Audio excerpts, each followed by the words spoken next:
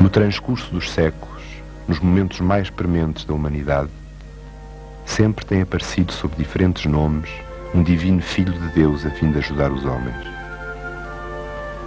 Foi assim que o Cristo encarnou no Mestre Jesus para dar início a um segundo ciclo na evolução espiritual do mundo.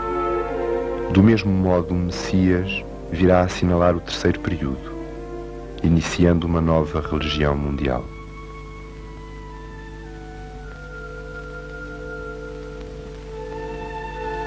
No próprio Evangelho é relatada a cena do último encontro do Cristo com os seus discípulos, ocorrida nas margens de um lago da Palestina. O Mestre explica a Pedro que a sua missão como chefe da Igreja não será definitiva e terminará pela morte, tomando o outro o seu lugar. Pedro pergunta depois sobre a sorte de João, e o Cristo responde-lhe, designando o discípulo amado: Este, eu quero que fique até que eu volte. Que tens tu com isso? Daqui se depreende, como assinalou a teoria joaquimita, que a Igreja de Pedro, a do Filho, não é a definitiva e deverá um dia ser substituída pela de João, a do Espírito Santo.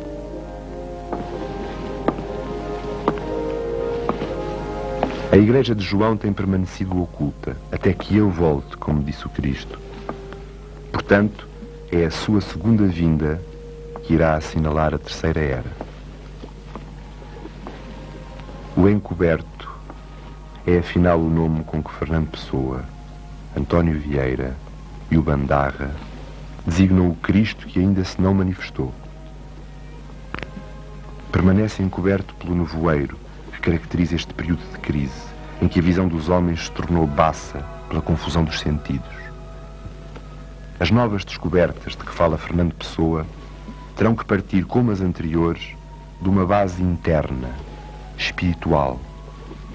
Há que dissipar primeiro o nevoeiro da alma, abrir a janela da terceira visão e reconhecer a presença do Cristo interno, que está em nós, como esteve no Mestre Jesus.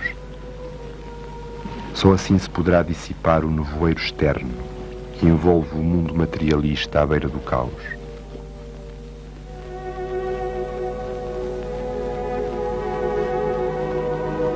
O dia e a hora do reaparecimento do Cristo não foram revelados. Como diz São Mateus, na hora em que menos pensardes, ele virá.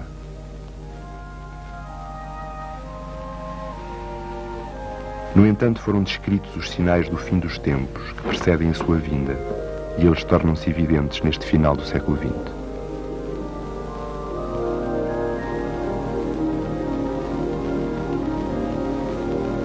O fim dos tempos não é, contudo, sinónimo do fim do mundo, mas sim e apenas do final de uma era. A transição poderá ser violenta, mas, segundo Fernando Pessoa, a própria morte é apenas a curva da estrada, cuja continuação se não vislumbra, mas existe. As provações são fator de crescimento espiritual. E esta crise final poderá conduzir a uma mais ampla visão, capaz de enxergar a própria luz do sol descoberto, o Cristo Redentor da terceira era.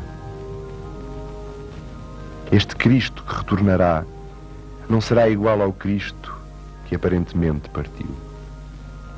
Durante os 2000 anos que passaram, foi ele o guia supremo da Igreja Invisível, composta de discípulos de todos os credos.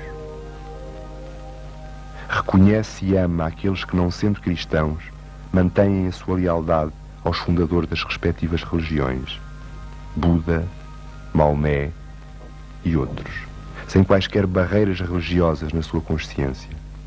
Então será instaurada definitivamente a fraternidade universal.